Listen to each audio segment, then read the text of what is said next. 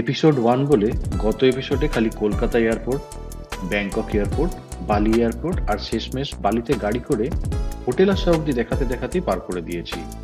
দুর্ভাগ্যবশত যতক্ষণে উবুর এসে পৌঁছালাম তখন সূর্যিমামা অস্তাচলে আর শুরু হলো আকাশ ভাঙা বৃষ্টি। আগেই বলেছি বালিতে অপেক্ষা করছিল ফেসবুকের মাধ্যমে যোগাযোগ করে রাখা অসীমদা, বাংলাদেশের ছেলে, এবং তিনি আমাদেরকে এয়ারপোর্ট থেকে নিয়ে আসেন বালির এই গিয়ানির প্রভিন্সের উতু হোমস্টেতে। উতু হোমস্টেও আগে থেকে বুক করে রেখেছিলাম, যার ফলে বিশেষ কোনো অসুবিধা পেতে হয়নি। উতু হোমস্টে বেশ ঘরোয়া কালচার, ঘরোয়া সংস্কৃতির মধ্যে থেকে বালিটাকে উপভোগ করলাম। এবং মূল ভিডিওতে যাওয়ার আগে একবার দেখে নিন এই উতু হোমস্টে কেমন ছিল। আর উতু হোমস্টের লিঙ্ক, ফোন নাম্বার আপনাদের এই স্ক্রিনের কোথাও দিয়ে রাখবো, সেটা আপনারা দেখে নিতে পারেন। আসুন উতু হোমস্টে একবার ঘুরে দেখা যায়। উতু হোমস্টে ঘুরতে ঘুরতে বলি, বালিনিজরা দিনের শুরুতে গাছের পাতার ছোট্ট বাটি বানিয়ে তাতে গুলঞ্চ বা কাঠগোলাপ ফুল দিয়ে ধূপকাঠি সহযোগে ঘরের দরজায় দরজায় পুজো দেয়। আর পুজোর মূল ডালার অন্যতম প্রধান উপকরণ হচ্ছে ডিম। হ্যাঁ, বালিনিজরা অধিকাংশই হিন্দু আর এরা ডিম দিয়েই পুজো দিতে অভ্যস্ত।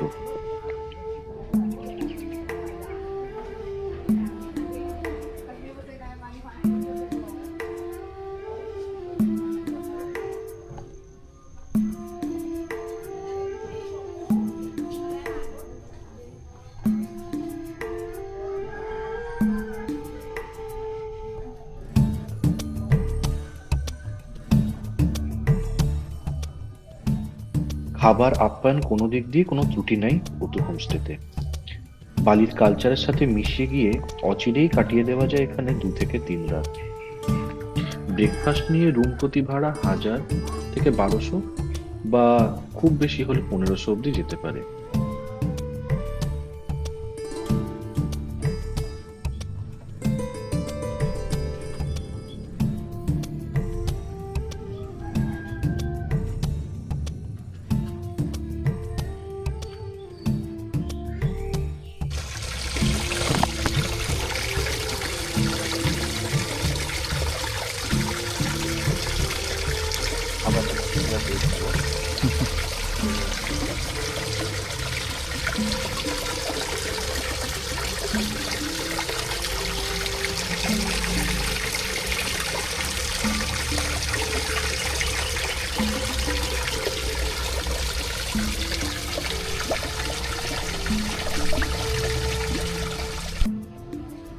সৌভাগ্যক্রমে সাক্ষী হয়ে থাকলাম এক বালিনিজ পরিবারের কোনো এক ঘরোয়া অনুষ্ঠানের। দুই পক্ষের ভাঙাচোরা ইংরেজির পর এইটুকু বুঝতে পারলাম এটা মৃত্যুর বাৎসরিক ক্রিয়াকর্ম। বালিনিজ বাৎসরিকের ধরনটা আমাদের থেকে অল্প আলাদা। অন্ত্যেষ্টির পর প্রথম পুজো 11 দিনের দিন হয়, যাকে বলে নিয়েগারা গুনুম, অর্থাৎ আত্মার সমুদ্র থেকে পাহাড়ে আহরণ বা নতুন জীবনের জন্য জন্ম। এর পরের বাৎসরিক অনুষ্ঠানগুলি হয় 1 বছর পর, 10 বছর পর এবং 100 বছর পরে। বেলা বাড়ছে, আর সময় অপচয় নয়। ব্রেকফাস্ট সেরেই বেরিয়ে পড়া যাক দিনের প্রথম গন্তব্য গোয়া গজা মন্দিরের উদ্দেশ্যে।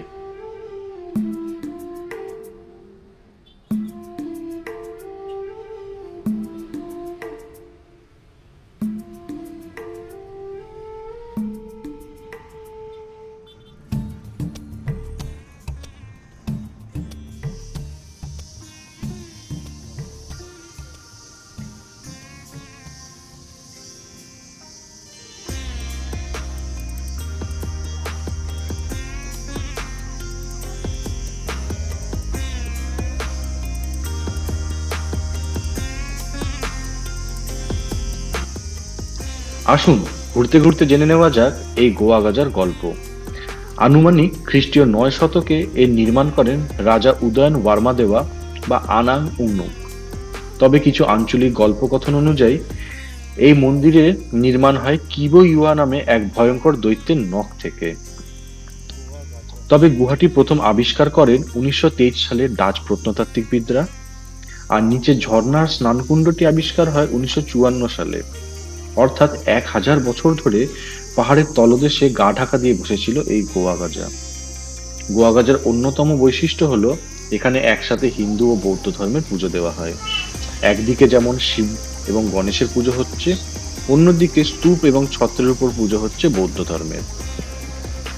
মন্দির প্রাঙ্গণে এছাড়াও রয়েছে 7টি নারী মূর্তি, যাদের হাতে রয়েছে জলপাত্র। এই জলপাত্রগুলি লিঙ্ক করে আমাদের ভারতকে বালির সাথে, কারণ এই 7টি জলপাত্র 7টি পবিত্র নদীকে সিম্বলাইজ করছে। এই 7টি নদী হলো গঙ্গা, সরস্বতী, যমুনা, গোদাবরী, সিন্ধু, কাবেরী ও নর্মদা। এই 7টির মধ্যে একটি ভূমিকম্পে অলরেডি ধ্বংস হয়ে গিয়েছে। এখন প্রশ্ন হলো, এত কিছুর মধ্যে গজ শব্দটা গেল কোথায়? মন্দির প্রাঙ্গণে ঢোকার মুখেই যে ভয়ঙ্কর মুখাবয়বটি আছে, সেটি মন্দ আত্মাকে তাড়ানোর জন্য নির্মিত। অনেকের মতে এই মুখটি আগে হাতির মুখ ছিল বলে এই মন্দিরের নামকরণ হয়েছে গোয়া গজ টেম্পল বা হাতির গুহাওয়ালা মন্দির।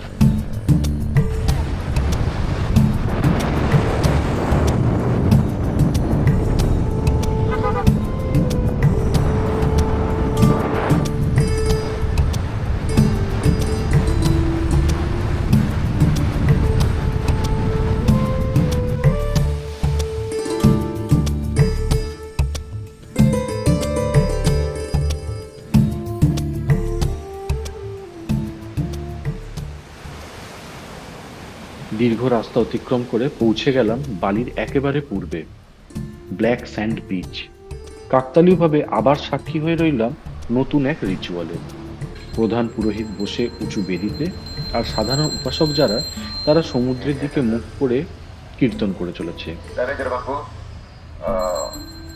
nas wasu padu gue, sangku remaja mereka dado selang Jermanku, ni kewetan sangku dado selang kedua.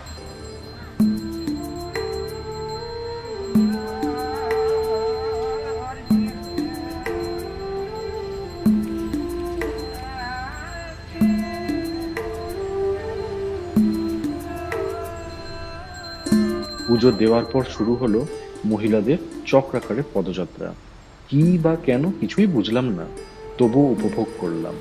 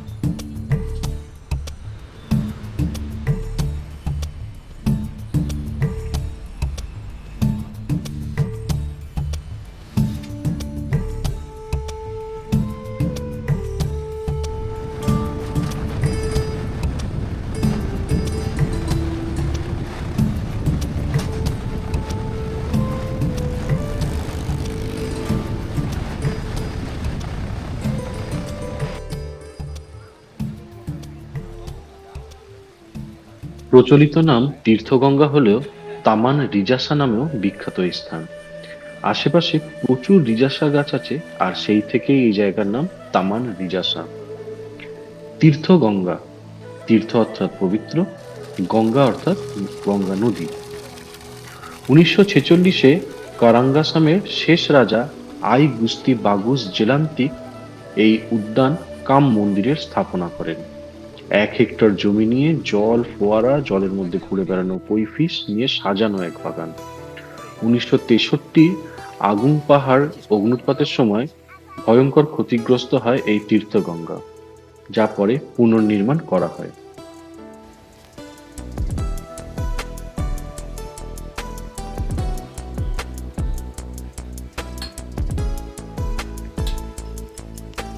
কি করছে? টিনটিন কি করছে?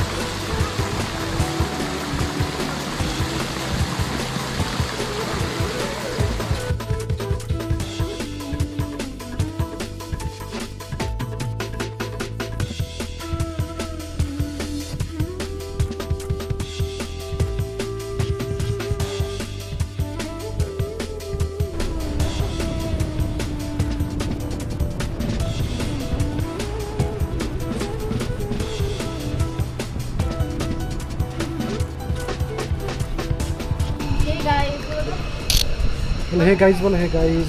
Hey guys, বলে আমি আমি উল্টে পড়ে যাচ্ছি। না এখানটা ধরতে হবে, এবার তুমি বলো। বলে আমি ধরো ভালো করে, শক্ত করে। হে গাইস, বলে Hey guys, আমি আমি আমি উল্টে ধপাস Dabas, ধপাস হয়ে যাবি, শুধু ধপাস আর ধপাস। Anna, Anna.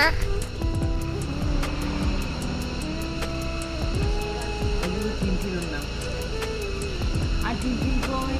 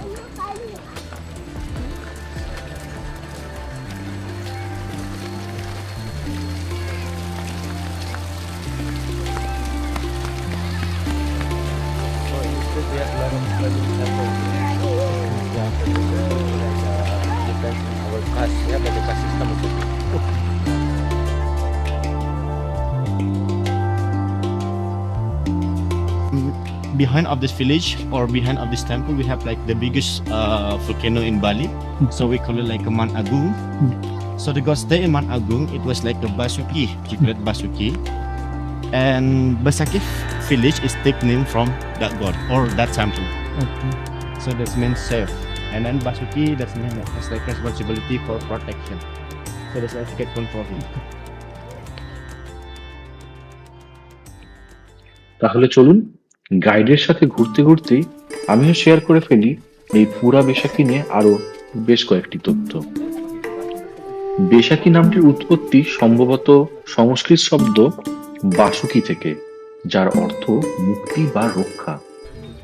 এটি পৌরাণিক সাপ নাগা বাসুকির সঙ্গে যুক্ত। মনে করা হয় এই নাগা বাসুকি সাপ আগুন পর্বতে নাকি বিরাজ করে। বেশাকি মন্দির 1995 সালে ইউনেস্কো ওয়ার্ল্ড হেরিটেজ সাইট হিসেবে মনোনীত হয়ে থাকলেও 2015 সালে আবার তা প্রত্যাহারও করে নেওয়া হয়। তবু এর ফলে মন্দিরের মাধুর্য একটুও খর্ব হতে দেখা যায়নি।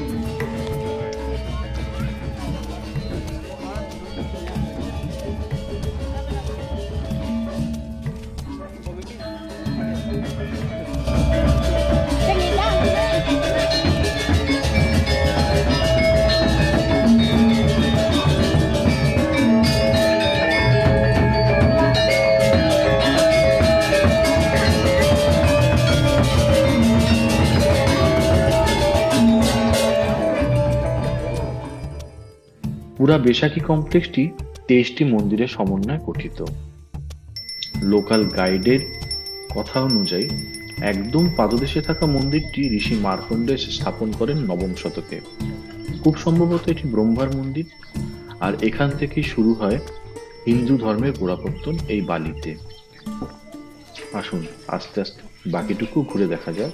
হ্যাঁ, আরেকটা জিনিস বলে রাখি, এই পুরা বেশাকি মন্দিরের প্রাঙ্গণটি ঘুরতে মোটামুটি সময় লাগে 45 মিনিট, যদি পুঙ্খানুপুঙ্খভাবে প্রত্যেকটি মন্দিরকে দেখা হয়। তবে সাধারণ দর্শকের জন্য, সাধারণ ভ্রমণযাত্রীদের জন্য অধিকাংশ মন্দিরই বন্ধ। স্থানীয় লোকেরাই কেবল এই মন্দিরগুলিতে প্রবেশ করতে পারে।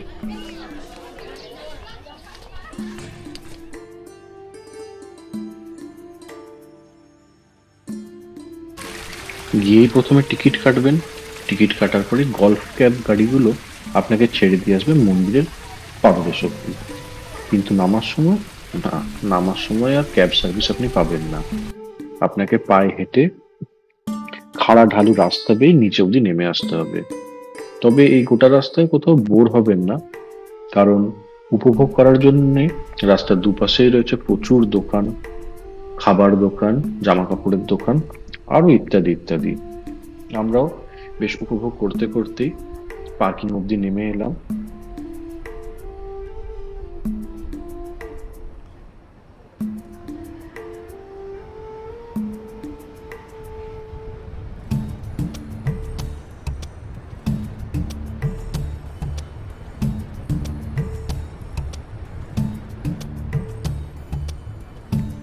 সানসেট হতে আর বেশি দেরি নাই, তাই যত তাড়াতাড়ি সম্ভব আমরা এগিয়ে চললাম পরের গন্তব্যের জন্য।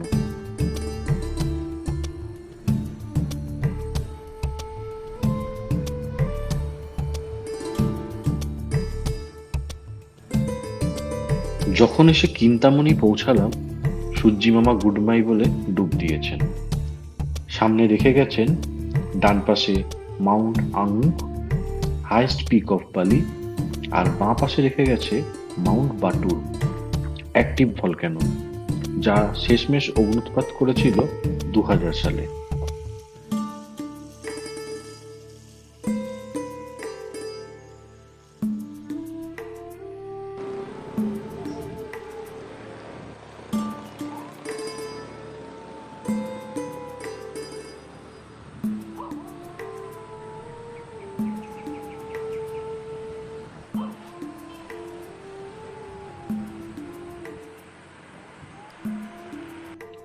ব্যাস, আজ আর ভ্রমণ নয়, আবার সেই ফিরে চলা উতু হোমস্টেতে।